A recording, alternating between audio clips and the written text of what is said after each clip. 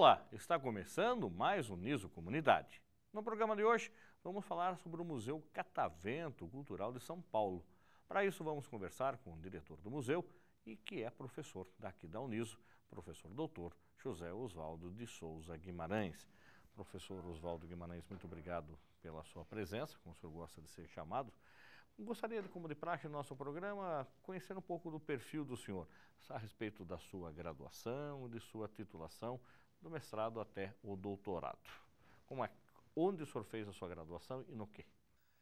A minha primeira graduação foi em engenharia naval, mas desde o segundo ano que eu dava aula de física, lecionava desde o segundo ano, então eu percebi que minha paixão era física, acabei fazendo física depois, e o mestrado eu resolvi diversificar um pouco, eu trabalhei com história da ciência, sobre os primórdios da teoria da relatividade.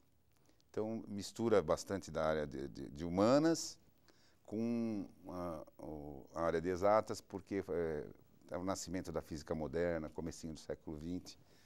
E no doutorado dei outro pulo, fui na Escola Politécnica em Física, Matemática e Computação. O espírito da tese é mais ou menos por aí. Agora, engenharia naval, professor, como é que o senhor vê este mercado? Como é que o senhor pensou, lá jovem ainda, falar em engenharia naval? Era uma universidade particular, pública? Não, na foi? Escola Politécnica, lá na USP. O Brasil já foi o segundo país do mundo em encomendas navais na década de 80. Mas houve uma reviravolta aí no mercado internacional e muitas encomendas foram canceladas, então o Brasil acabou perdendo um pouco a sua fatia, né, nesse mercado. E eu, quando estava terminando a engenharia, já dava 30 aulas por semana, já tinha abraçado. Então, o senhor dava aula em cursinhos? Dei aula em cursinhos, dei aula 10 anos no Ângulo, em São Paulo, 6 anos no Etapa. E o último cursinho que eu trabalhei bastante foi no curso Poliedro, lá em São José dos Campos, e eles têm uma filial em São Paulo. Particularmente, eu trabalhava muito com uma turma que iam prestar o vestibular do ITA. Agora, como é que surgiu, então, esta paixão também pela docência? É uma consequência do curso, por gostar da disciplina? Como é que foi? Pois é, eu trabalhava com o ensino universitário, mas em nível assim de pós-graduação, curso de extensão, 2 cursos que eu participei, que eu lecionei, que eram cursos patrocinados pela FAPESP. Então, eu tinha realmente eu quero trabalhar com o ensino universitário, quero ensinar alguns engenheiros, transmitir um pouco da minha experiência. Mas antes disso, o senhor deu aula, como o senhor falou, até em cursinho. O senhor não era nem graduado ainda, estava na faculdade. Estava na faculdade. Então, a docência começa aí, se despertar essa vocação para o magistério, foi aluno? Foi antes. E, na verdade, o que aconteceu? Terminei engenharia, mas eu publiquei um livro sobre física para ensino médio. A gente escrevia o material, apostilas e tal, e particularmente para essas turmas de vestibulares mais concorridos, então a gente tinha que caprichar mais nos exercícios e tal. E uma editora teve interesse e publiquei um livro. E aí sempre fica aquela crítica, né? Poxa, o fulano é engenheiro, está fazendo um livro de física, por que ele não é físico?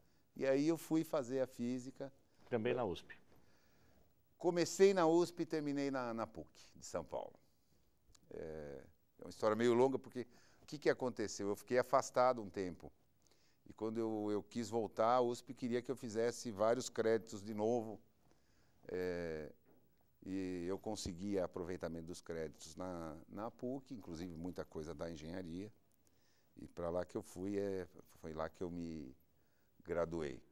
Aí o senhor falou do seu mestrado. Como é que foi daí alguém da área de exatas trabalhar com a produção científica no mestrado, na sua dissertação, usando elementos das ciências humanas? Como é que foi isso? Qual que era a sua preocupação nesse momento? Pois é, a minha preocupação, as ciências humanas têm muito a acrescentar às exatas, particularmente na docência, né? Quando se fala de docência. E algumas coisas me intrigavam muito, porque num curso de exatas você aprende as coisas de uma forma meio linear. Como aquilo ebuliu no meio do processo histórico, você nem dá tempo, né, num curso de física. A não ser nenhuma disciplina especificamente, mas que são poucos créditos, que é filosofia, história e filosofia da ciência, mas é um semestre praticamente que a gente trabalha.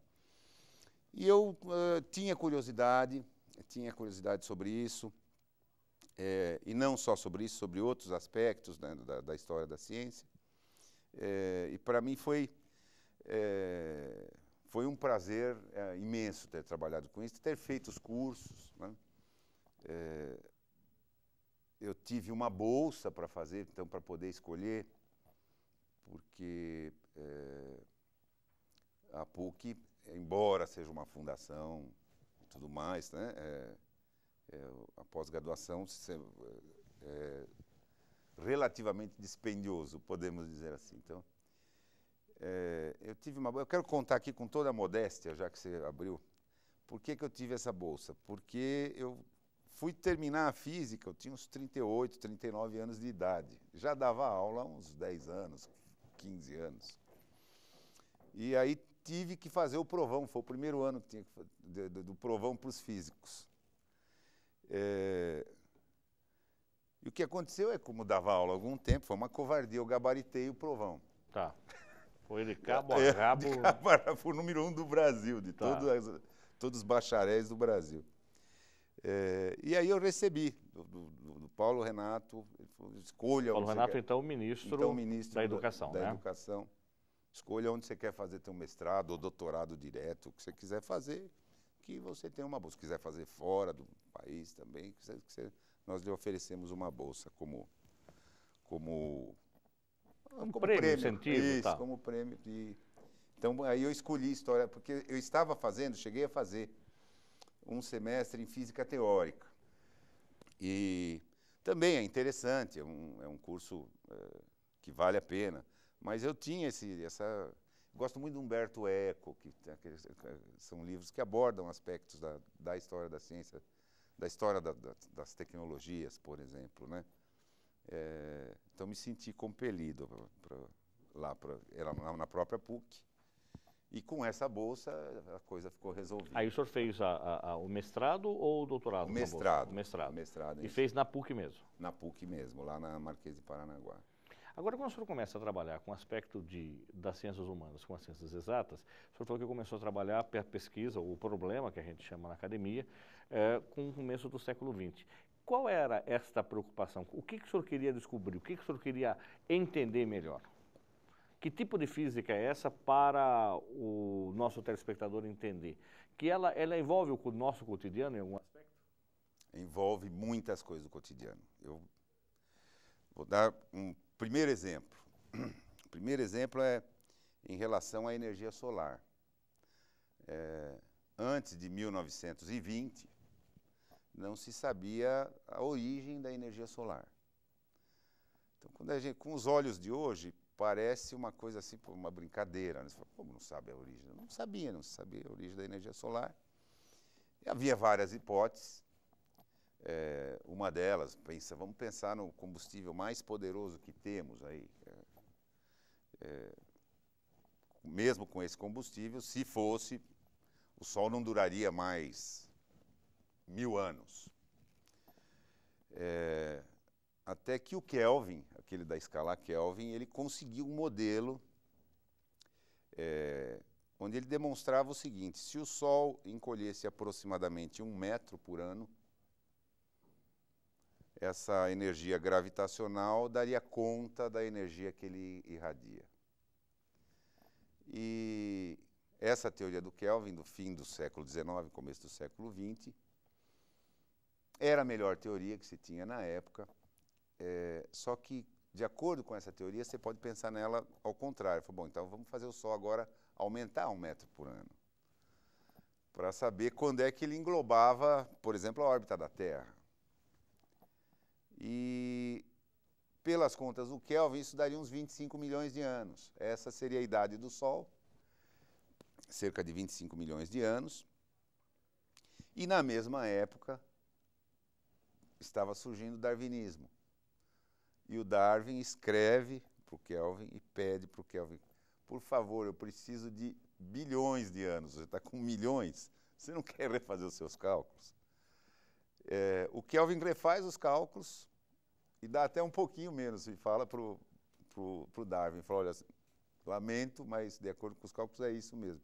Então essa briga, que é uma briga, vamos dizer, sadia, mas é uma briga da biologia, de Darwin, com a física. Kelvin era um dos físicos de maior prestígio, então, né, nessa época.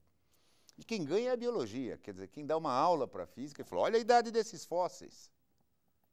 Teus cálculos não podem estar certos.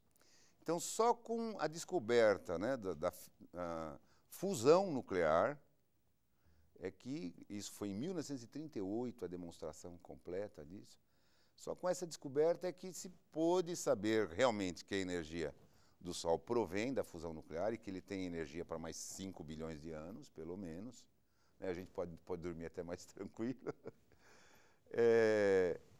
Que o darwinismo encontrou uma confirmação dentro da física. Essas duas ciências puderam conversar. Então, eu peguei um exemplo que eu acho que tem a ver com a nossa vida, porque, né, o darwinismo biologia, é uma coisa, energia solar, pouca gente sabe que a gente recebe a energia do Sol por causa de uma reação nuclear, mas então a nossa energia primordial, vamos dizer, do nosso planeta é a energia nuclear, é a energia da fusão nuclear. Esse é um aspecto. Outros aspectos têm a ver com filosofia da ciência. Por exemplo, eu trabalhei muito com Poincaré. Poincaré faz um longo trabalho baseado no princípio da minimação para tentar provar. A tese do Poincaré seria que a velocidade da luz é constante em qualquer sistema de referência. Esse princípio da minimação é um princípio, de certa forma, filosófico. Quer dizer, é parecido com a natureza, não faz nada em vão. Ele vem lá das ciências humanas. Mas é uma ferramenta de extrema importância dentro da física. O Einstein pega o que é tese do Poincaré, vira hipótese no trabalho do Einstein. Por isso que ele fez em 2 páginas. Por que isso ficou adormecido? Por que isso não vem ao público? Hoje, quando se fala em cientista do século XX, só se fala no Einstein. Por outras questões políticas, questões humanas. E quando a gente vai afundando para trás na história, a gente também vai vendo que muitos cientistas do passado ficaram, assim, por assim dizer, sem o devido reconhecimento. E esse material de pesquisa, professor Oswaldo? Porque quando a gente fala em física, em química, em biologia, toda essa história praticamente da humanidade que vem sendo retratada, porém pesquisada e documentada, nós estamos falando do século XIX e final do século XIX, começo do século XX. Esse material estava à disposição, está à disposição, esse material é de fácil acesso. Como é que o senhor foi atrás dessas informações? Não é. Como é que chegou? Belíssima pergunta, Fernando. Não é. Algumas coisas são de um acesso um pouco mais fácil, que, por exemplo, da Royal Society, que tem desde o século XVII. A biblioteca. Não, os anais da Royal Society, né? Tudo que é discutido lá é catalogado. É catalogado desde, talvez até antes, né? Da Academia Francesa, Academia de Ciências.